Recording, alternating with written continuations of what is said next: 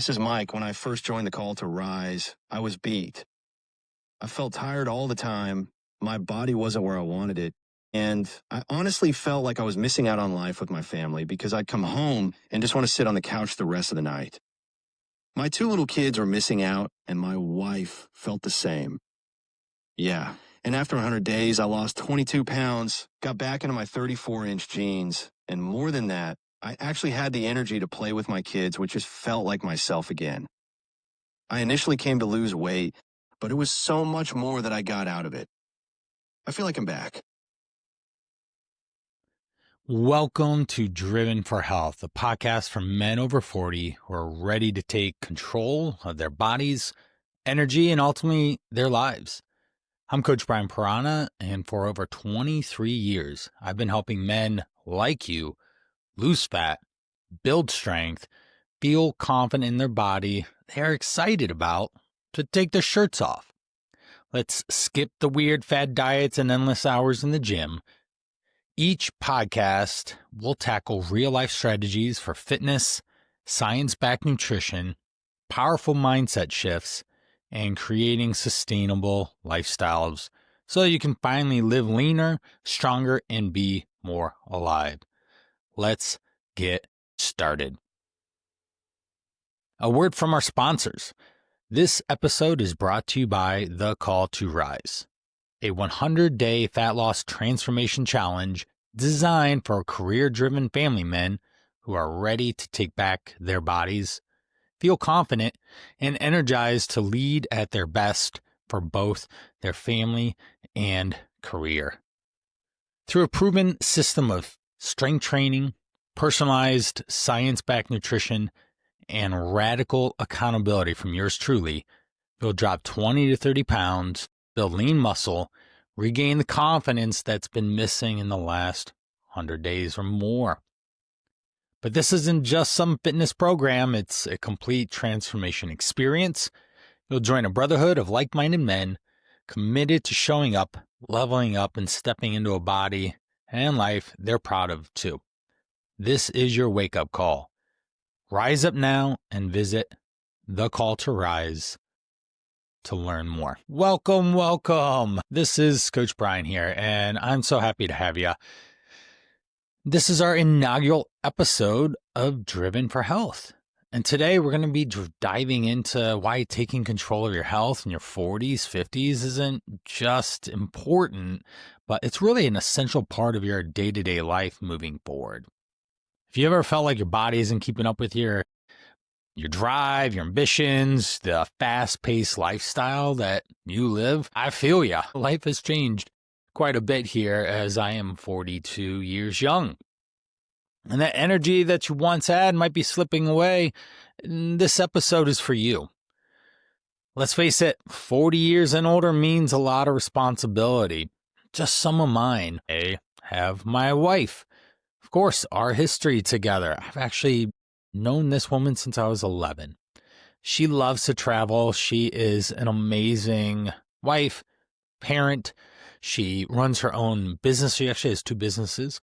Her true passion is travel. And she actually sends people on bucket list trips, families on bucket list trips to beyond America, but even to Europe, South America, Africa, and beyond.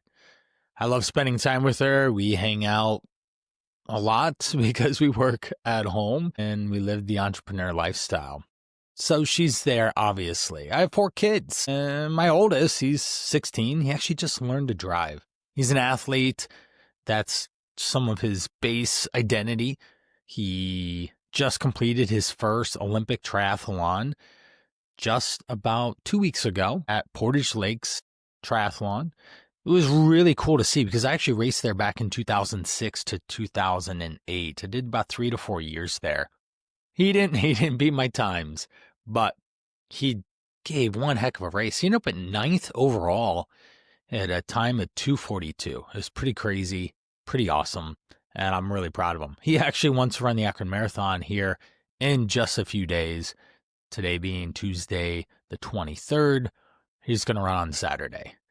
Pretty wild. This kid is driven. He's smart too, and he's pretty funny and obnoxious as he's a teenager. My second is Everett. He's an artist at heart. This kid loves theater, visual arts, performances, his jam.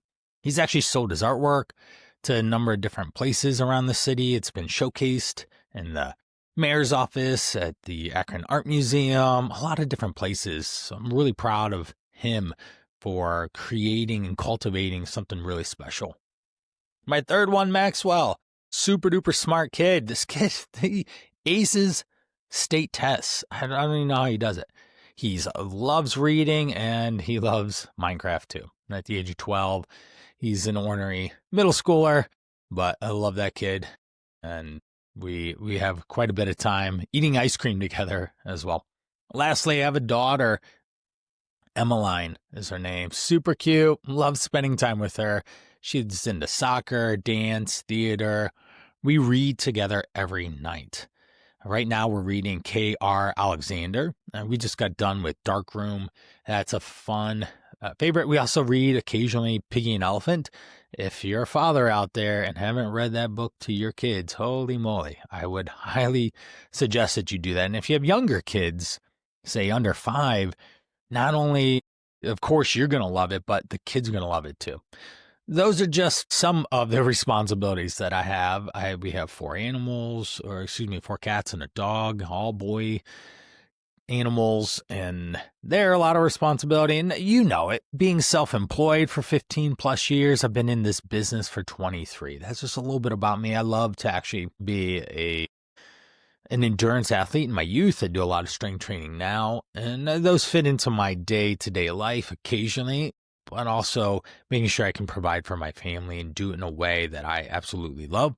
And that's some of the responsibilities alongside home ownership, car ownership, and all that stuff. You guys probably identify with that. But the wake-up call, really, let's face it, when you're turning 40, it is a wake-up call. It's not just a number. You could be 40% done, 50, 60, 80% done with this thing called life right now. And what's important is that we maximize what the second half of this is. We don't need a midlife crisis. We need to make sure that we're evolving, that we're changing, that we're putting our best health and self forward. And that's some of the underlying mission here that I have with this podcast. The reality is our bodies are changing, and often not for the better.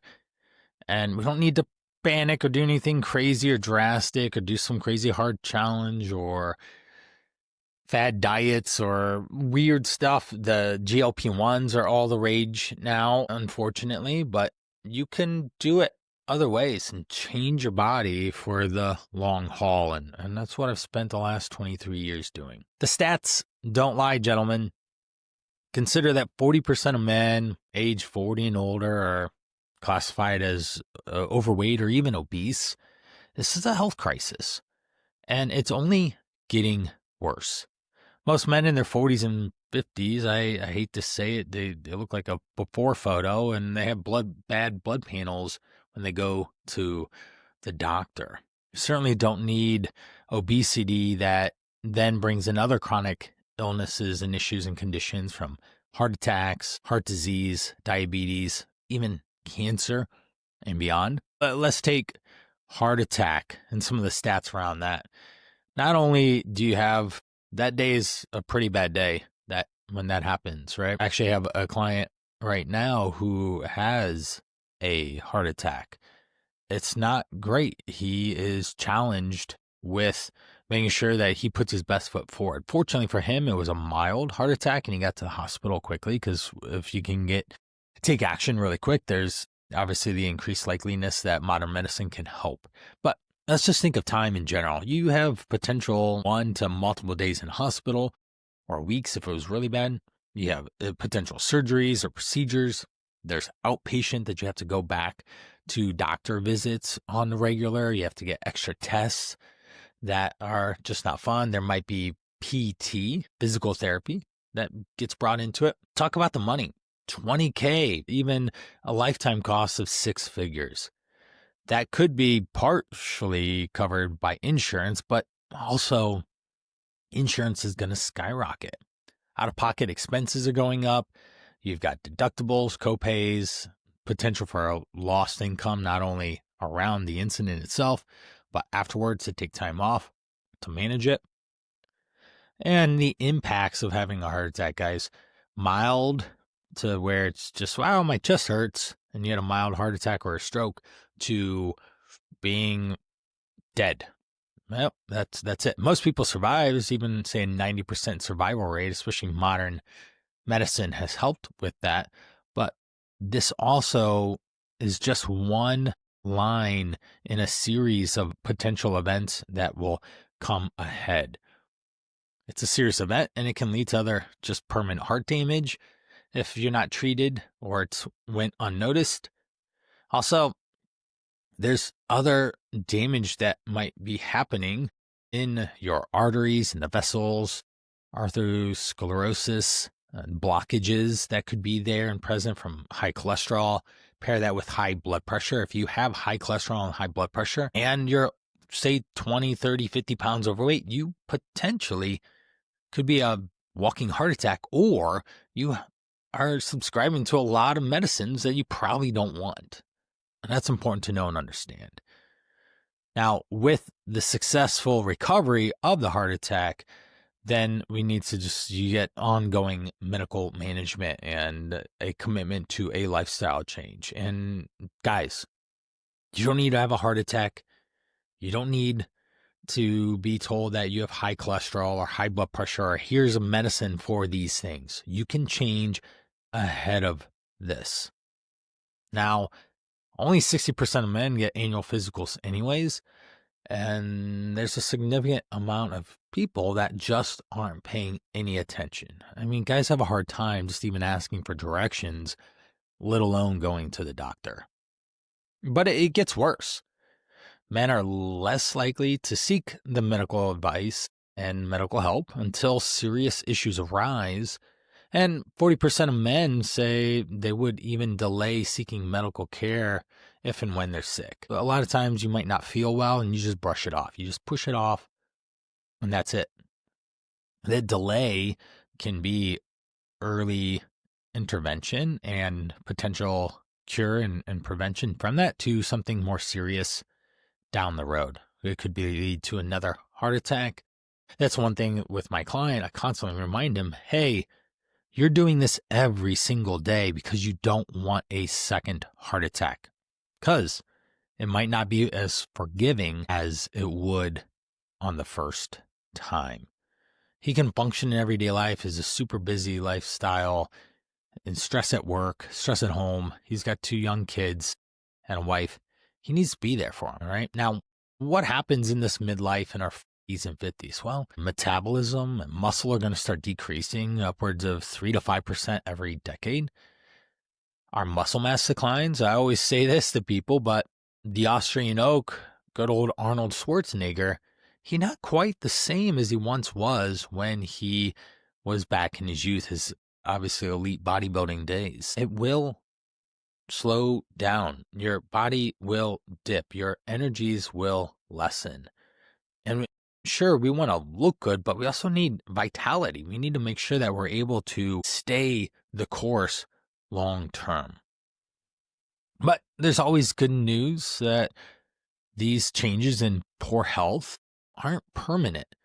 There are real solutions that can be made when you are paying attention. I can't tell you how many times I come across men who are dealing with blood panels, high cholesterol, high triglycerides, HDL is low, LDL is up, and that they might not even have a belly, or their A1C. Forget the 5.5 to 6, they're at 8 or 9 on an A1C level, and that is a high risk and clearly puts you in a type 2 diabetic state. And a lot of these things, with the right approach of proper exercise, proper nutrition, and being a bit more strategic around some of your lifestyle habits, behavior choices, can make a significant difference. And that's, ultimately, that's what I do every single day. And this we're going to shed some light on in this podcast here. When we make intentional choices to do some of the basic things of exercising regularly, eating nutritionally dense foods, managing stress, and getting sleep, and let's stay hydrated. Those are the 4 key tenets and 5 key tenets that we need to do. I always say this thing: prevention is the cure. And oftentimes, a lot of people don't necessarily have a weight loss issue, they have a weight maintenance issue. And that becomes a very big challenge for them to be successful long term in their everyday life, because they keep going through these radical expressions of all or nothing type approach, and then they back out into, screw it. And so they white knuckle it, and then they crash their car in the ditch, and then it's broken, it needs repair, and it takes a long time to figure out and resolve. That's not how we want to actually live life by any means. So again, remind you loud and clear, prevention is the cure, and it is the cheapest, best way for you to get control of your life. Another example, a gentleman I've been working with, and his name is Doug. Doug has not been under 200 pounds in 33 years. And a lot of it is belly fat, that visceral fat, that hard belly fat there. That is something that we need to make sure that he is losing in the next couple of months to get to a healthy, happy, long-term body weight and look and feel for himself. We want him to be strong, energetic, and for his wife too, and his family, and getting into retirement age and doing a lot of fun things without having to worry about his health. If you look on my social, again, today's Tuesday, the 23rd, I believe it was yesterday, the 22nd or 21st, I post a lot.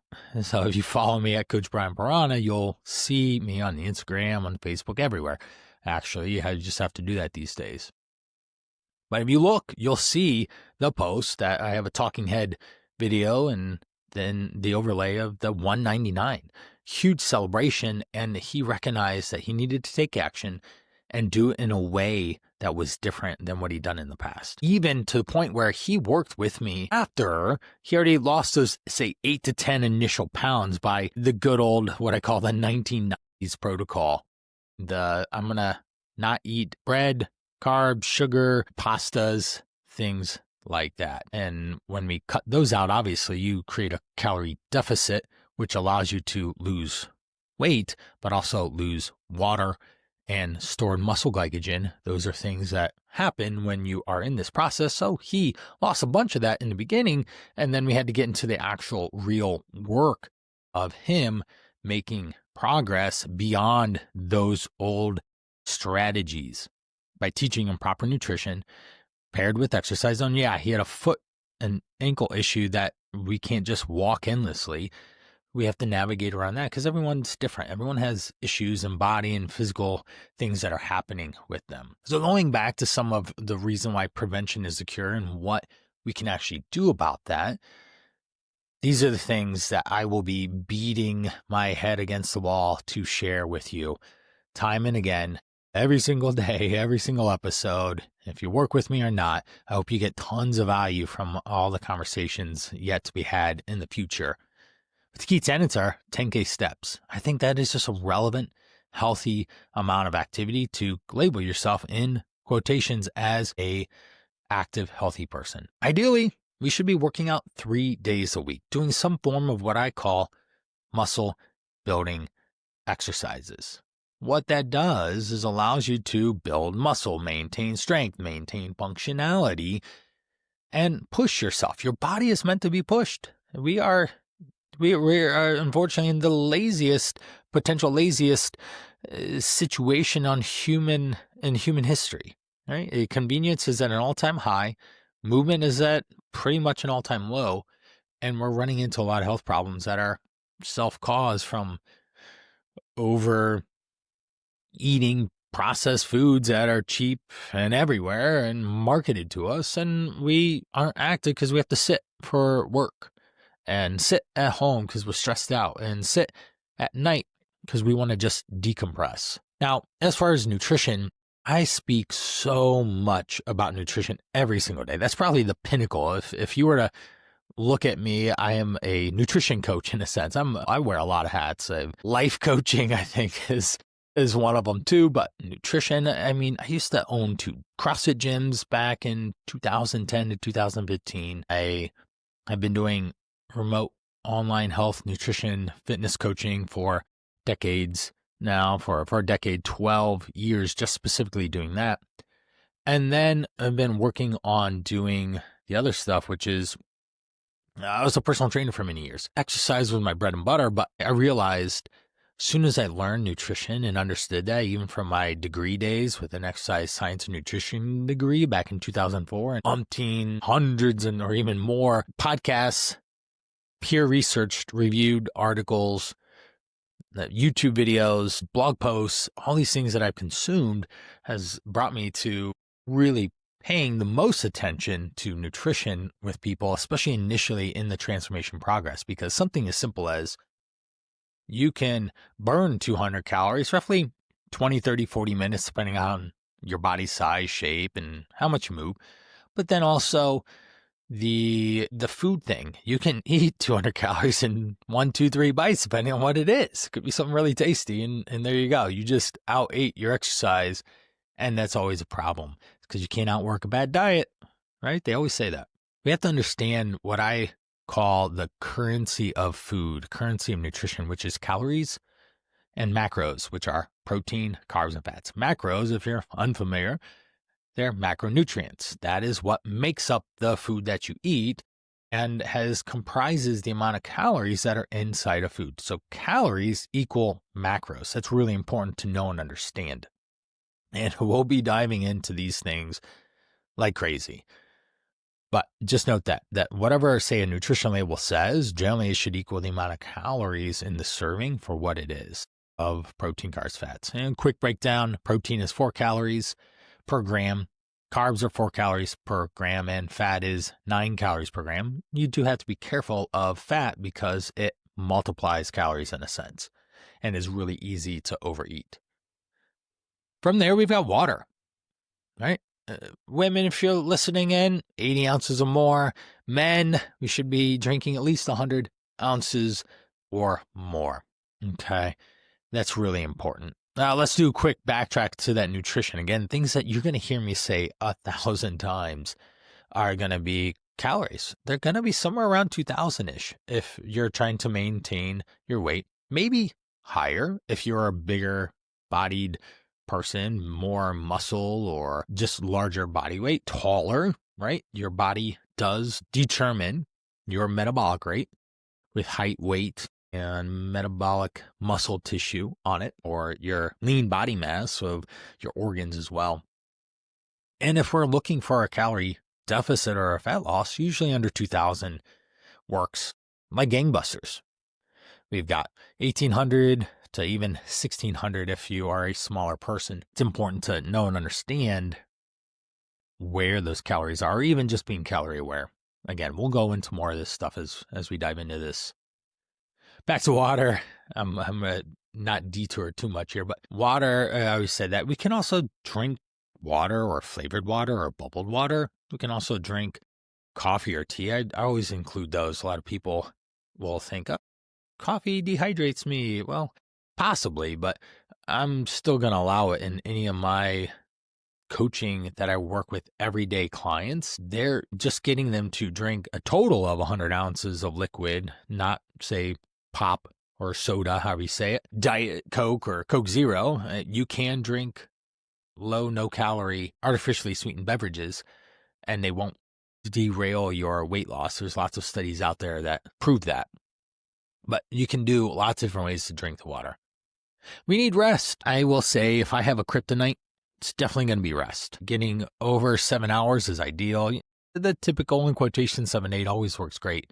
But if you're busy and you have a life and you got a lot of things going on, and you're juggling a couple things, 4 kids, 4, 5 pets, and the other responsibilities go along with that, and your wife is a night owl because she definitely loves staying up till midnight or later, which is cool, but then I have to get up for the kids in the morning and make sure they get on their way to school by, this morning I was up at 5:30. I don't even know how I'm still standing right now, but that's what time Everett wanted up And Levi, he's actually gotten up and ran 5-8 miles in the morning before school as well this early. The 6 o'clock is a very typical time frame for our household to start waking up. We have stress. How do you manage stress? So important. There's skill sets and things we can deep dive in future conversations, not only by myself individually, but finding some subject matter experts in this process too. That's something I definitely plan on doing in this podcast, is finding the right people to educate and inform you and make sure it's science-backed information and be able to apply in everyday life. That is super duper important to me. We'll talk about stress and how you manage it. And if you stress and stress eat, or stress and don't eat, those are still two challenges to manage, because obviously the overeating situation is you consume generally high calorie foods that just don't work really well for you. Then consequently, in doing it the other way, not eating, there usually is a repercussion to not eating for a certain amount of time, and then you eat a lot more later if you do have body weight issues still, and that is your pattern of behavior around stress. Plus, stress leads to heart attack, people. We definitely know that as well. Time is one more key tenet to managing this. Time management is super important to be able to set time aside. As I've been doing this for 23 some years, every single person I've ever worked with is busy. They're busy, always busy. And it's really easy, especially being a parent, a husband, throw the father back in there, dad, or just a friend, or a coworker, or an employer, or an owner, or an entrepreneur, whatever you want to identify yourself with. Time management is going to be really important. We all have the 24 hours in a day. Some people are way better at utilizing it than others. Some people are way better at delegating at others. People have different skill sets around managing that as well. It's really important to understand those things. And if you say get stressed and you waste time, in a sense, of Netflix and chill for way too many hours, or doom scroll for way too long, that's going to detract from your overall health and well-being at some point. Why? Because we just break it down. You literally will be moving less. You'll be not learning anything. You'll be distracted by everyone else. And it's just going to take away from a lot of quality life that you're probably missing out on because you don't have good time management skills. So the tenets, again, let's recap those. I love 10K steps. I think it's just really good. 3 workouts. And quick reminder, if you work out 3 times a week for the rest of your life, you're going to be more consistent than any human being ever in the history of, or at least the modern history of our current lifestyle in the last, say, 100 years. Because you go back 100 or 500 years, life is radically different in terms of the means to survive and the activities that needed to be done every day to account for that.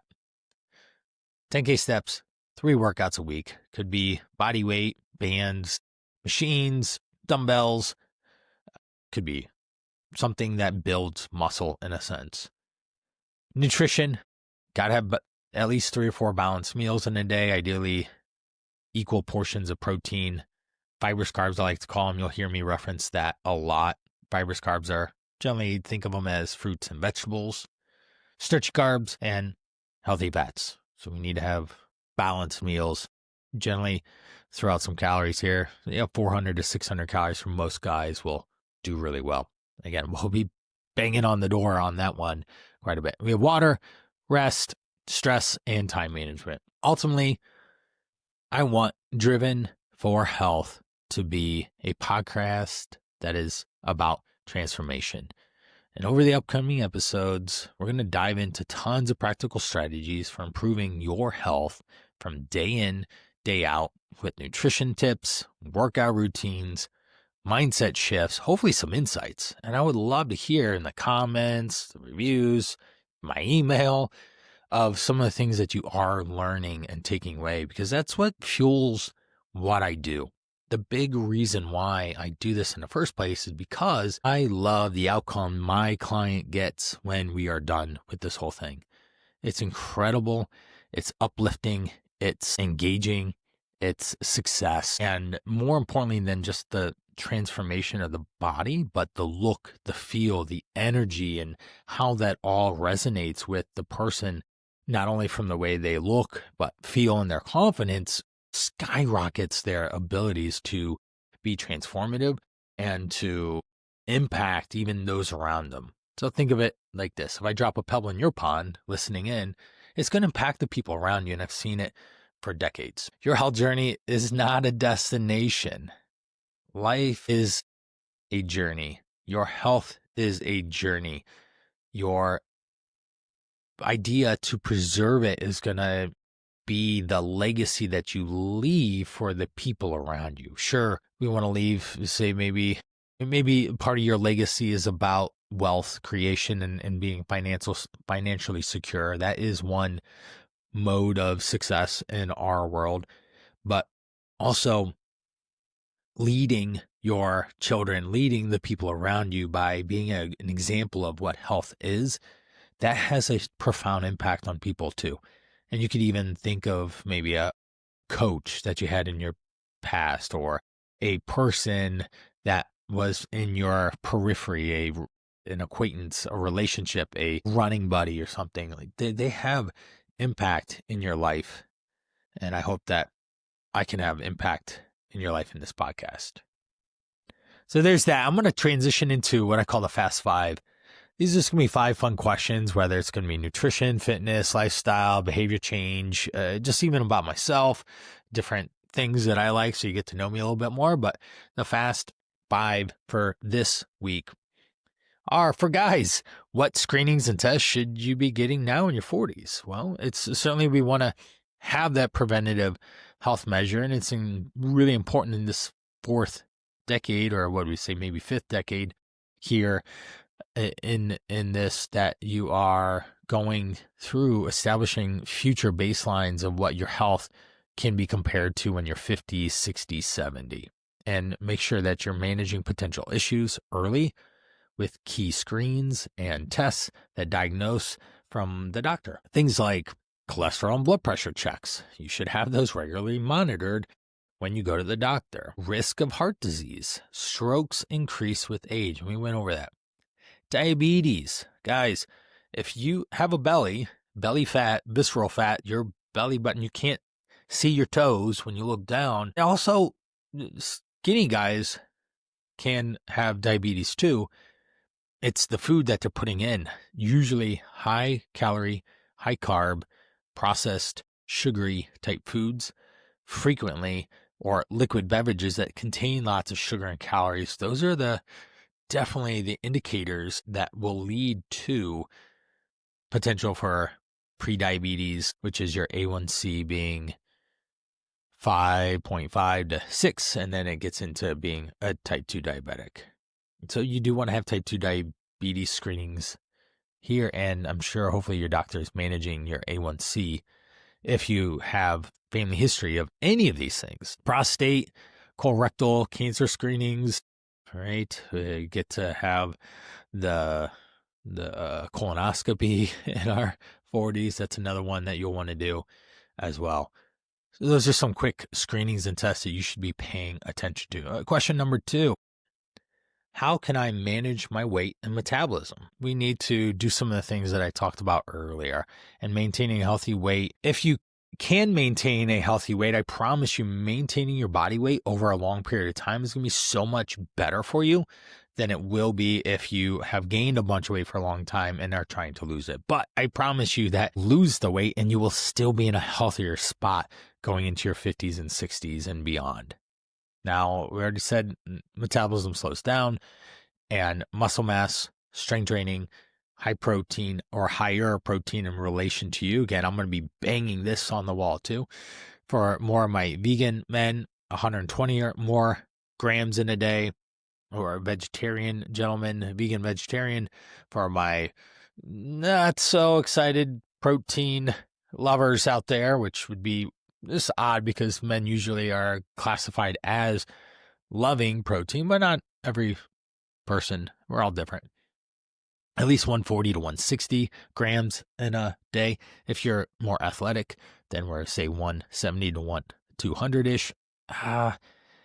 In our age range, going over 200, I'm just going to ask you why. Either you absolutely love protein or you end up just overeating, and you can do a better job with your macronutrient profile and ratios. Those are things we can definitely talk about as well. Now, we have to also manage the stress, and anytime that the belly fat is changing, and that could be a sign of moving less and decreased lifestyle and active lifestyle, which then lowers your metabolism. We've got dietary changes. Maybe you're snacking more than you realize, and you're getting more calories in than you think. Your exercise, you're just moving less. You're just tired more, less energy. You also just don't have the time or motivation to work out. That's huge. And then calorie needs. Why do my calorie requirements change as I get older? Well, and how do they? It goes back to muscle mass, it goes back to movement, it goes back to body mass, and those are things that we can figure out. Number 3, what can I do about declining energy levels and a lower sex drive? Well, decreased energy and libido is a common concern for a lot of guys in this age group, and there's lots of factors. Of course, stress, poor sleep are some of the bigger reasons why men are feeling the way they do. It's really important to know and understand, and we can outline testosterone and that in future podcast episodes as well. But men often want to know, are these changes normal? And yes, they can be. There can be decreased libido more naturally just because testosterone does slow her down. But also, you don't have to accept that. You can actually go to the doctor and get your testosterone levels checked. Ideally, at least 500 or more is ideal. 300 is lower on the spectrum. And if you're, say, 600, 800, 900, then you're probably doing pretty well with your testosterone levels. Number 4 of the Fast 5. How can I reduce my risk of heart disease, especially if I have family history? It's super important if someone, a senior of yours in your surrounding family, nuclear or your surrounding family, has had some sort of a heart disease, then you need to pay attention. And this is where you double down and make sure you are going out of your way to get tests done, stress tests done on your body, your heart, and have your doctor look at your heart occasionally to help make sure that you are preventing any sort of heart disease or catching it. Nutrition and exercise are going to be the big key players to help keep, say, plaque out of your blood vessels. And we want to make sure that you're very aware of some of the health risks and risk factors that are in your day-to-day life. And with that, lastly, there is making sure you understand where your cholesterol levels, if they're above 240, you're a walking heart attack. If they're 240 or to 200-ish, probably either on medication or your doctor really wants to put you on it. And if you're below it, then you're probably eating a lot of plant-based food matter and low-fat food sources, like, say, fatty meats or things that are fried. 120 over 80s blood pressure. We want to make sure that stays within range too. Our 5th and final of the Fast 5 questions. What are the best ways to manage stress and improve mental health? Well, managing stress is going to go around what are some of the day-to-day responsibilities that you have in your life, your career demands. I've got some guys that travel so much they don't cook for themselves ever because they're never home. I have some that work remotely and never leave their house. I have some that love their jobs, and others that they wish that they would have found a different passion in their life to pursue. And those things are going to have huge bandwidth around your mental health. I always like to frame it this way, around mental health especially. If you do not like what you experience in your day-to-day life, you can change it. You're allowed to. You don't have to just finish out the work sentence in a sense to just get to retirement. You can change, and you can find something that not only fulfills you, but fills your bank account, and you have a lot of fun doing it. That's what I'm doing here. I've actually had a long time desire to get on, to do my own podcast. I honestly, even before year 2025, I never really was on podcasts, and I didn't understand how to do it or why to do it or any of that stuff. I enjoyed it, but I just finally got inspired after being on 60 other podcasts and just really having a great time engaging with the other hosts and the atmosphere. I said, you know what? I'm jumping in. And today was the day. I've been up since 6 o'clock today, plotting this, planning this, getting the software, the tech, and running through this opening conversation with you. So I hope that you enjoy it, and I hope that you stick around for more. Well, I want to really thank you for tuning in to my first episode of Driven for Health. Now, men, if you're ready to take action of your health and start a transformation, then you can visit thecalltorise.com. That's what my 100-day fat loss challenge is all about. And we go over nutrition and fitness and radical accountability to make sure that you not only get your results, but you're able to keep them. Now, remember too, guys, it's never too late to rise up and take charge of your body, your energy, and your life. All right. And if you're not quite ready for the 100 days, that's okay. I have, if you want to get a quick win in, I have a Kickstarter for your fat loss journey. And it's something I call my Lose 3 Pounds in 3 Days program with my Rise 72 method. Now, what this is just some quick wins to clean up your nutrition, to get you moving again, and get you feeling a lot better in a 72-hour time frame.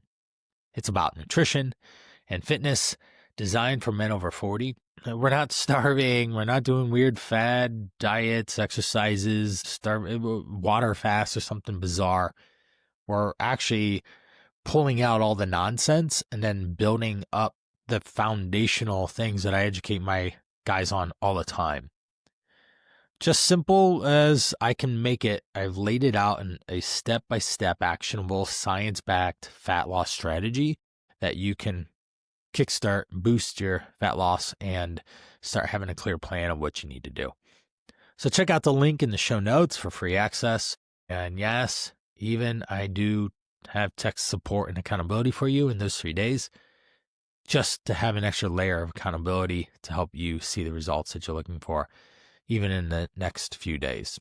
All right, so check the show notes and click that if a 3-day hit sounds a lot better than a 100-day challenge. But also, guys, September 23rd, 100 days, it's about 97-ish or something like that days until Christmas. And so that leave us about 100 days till New Year. And that would leave you in a really great spot to not have to do a New Year's resolution or something like that. Now, stay driven, stay healthy, and I'll see you in the next episode. Coach Brian signing off.